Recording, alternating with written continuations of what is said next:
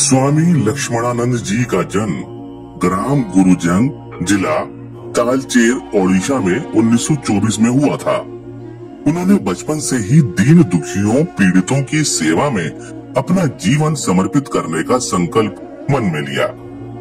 2 पुत्रों के पिता होने के बावजूद जब उन्हें अध्यात्म की भूख जगी तो उन्होंने हिमालय में 12 वर्ष तक कठोर साधना की।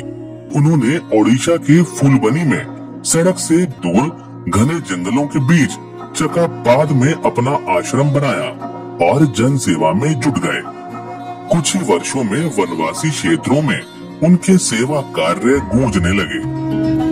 उन्होंने वनवासी कन्याओं के लिए आश्रम, छात्रावास, चिकित्सालय जैसी सुविधाएं कई स्थानों पर खड़ी कर दी और बड़े पैमाने पर सामूहिक यज्ञ के कार्यक्रम संपन्न कराए। उनके सेवा कार्यों के विस्तार की वजह से वे ईसाई मिशनरियों की आंख की किरकिरी बनने लगे। स्वामी जी ने भजन मंडलियों के माध्यम से अपने कार्य को बढ़ाया। उन्होंने 1000 से भी अधिक गांवों में भागवत घर स्थापित कर श्रीमद् भागवत की स्थापना की।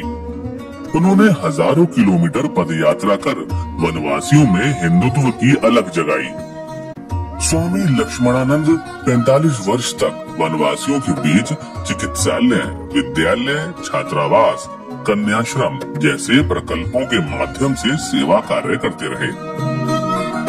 जगन्नाथ रथ यात्रा में हर वर्ष लाखों भक्त पुरी पहुंचते हैं, लेकिन निर्धनता के कारण वनवासी प्रायः इससे वंचित ही रहते थे।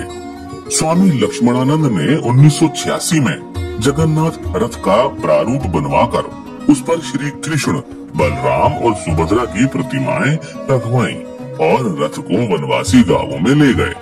भगवान को अपने घर आया देख वनवासी रथ के आगे नाचने लगे।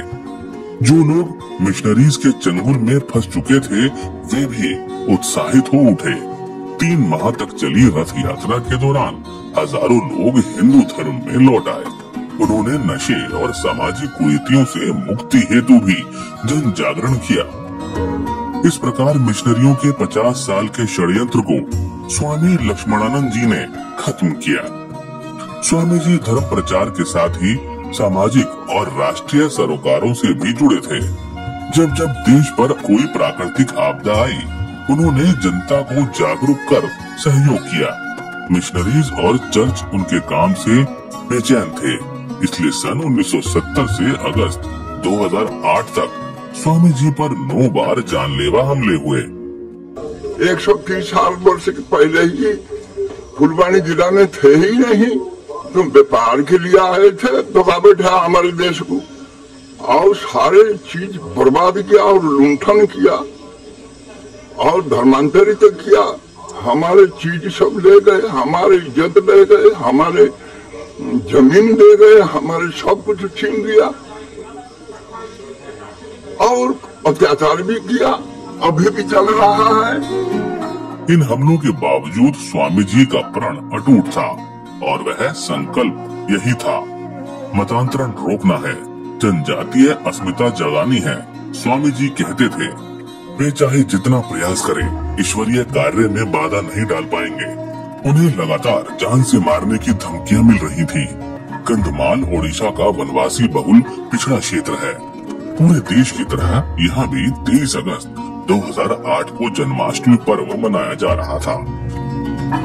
रात में लगभग 30-40 क्रूर चर्चवादियों ने फुलबनी जिले के तोड़ी बंद से 3 किलोमीटर दूर स्थित जलेस पट्टा कन्याश्रम में हमला बोल दिया।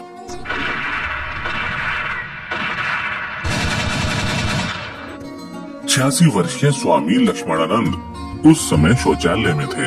हत्यारों ने दरवाजा तोड़कर पहले उन्हें गोली मारी और फिर कुल्हाड़ी से उनके शरीर के टुकड़े कर दिए।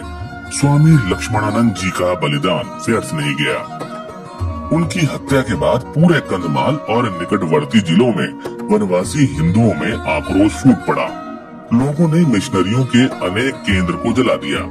चर्च के समर्थक अपने गांव छोड़कर भाग गए। स्वामी जी के शिष्यों और संतों ने हिम्मत न हारते हुए संपूर्ण ओडिशा में हिंदुत्व की अलख जगाने का संकल्प लिया। हम आशा करते हैं कि कृतज्ञ राष्ट्र ऐसे संत को हमेशा अपनी स्मृतियों में बसाए रखेगा।